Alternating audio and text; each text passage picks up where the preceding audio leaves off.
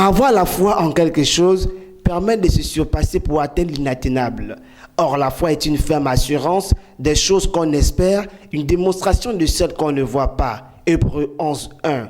Dans les évangiles synoptiques, la foi est une attitude à l'égard de Dieu, un sentiment d'espérance et d'assurance en lui, une acceptation de sa volonté. Dieu ne craignant pas ses créatures libres, la foi est la condition morale première et nécessaire pour que s'exerce en faveur de l'homme, la puissance de Dieu et son amour.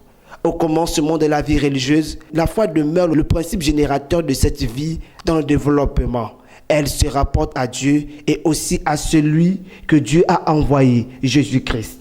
La foi qui reçoit la grâce divine ou qui prie pour l'obtenir ne sépare pas dans sa gratitude ou dans son appel Dieu, qui exorce par le moyen du Christ et le Christ qui l'exorce au nom de Dieu.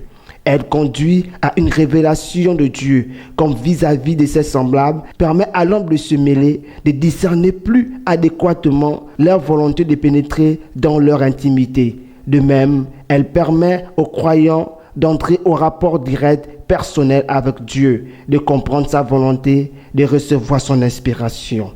Dans son double effet touchant la connaissance et touchant le salut, la foi garde son caractère éminemment moral, puisqu'elle ne saurait être sans le libre choix de l'homme, qui veut croire, et son caractère nettement surnaturel, puisqu'elle crée un lien, un rapport entre l'homme et Dieu. Or, sans la foi, il est impossible de lui être agréable, car il faut que celui qui s'approche de Dieu croit que Dieu existe et qu'il est le rémunérateur de tout ce qui le recherche. Hébreux 11, 6.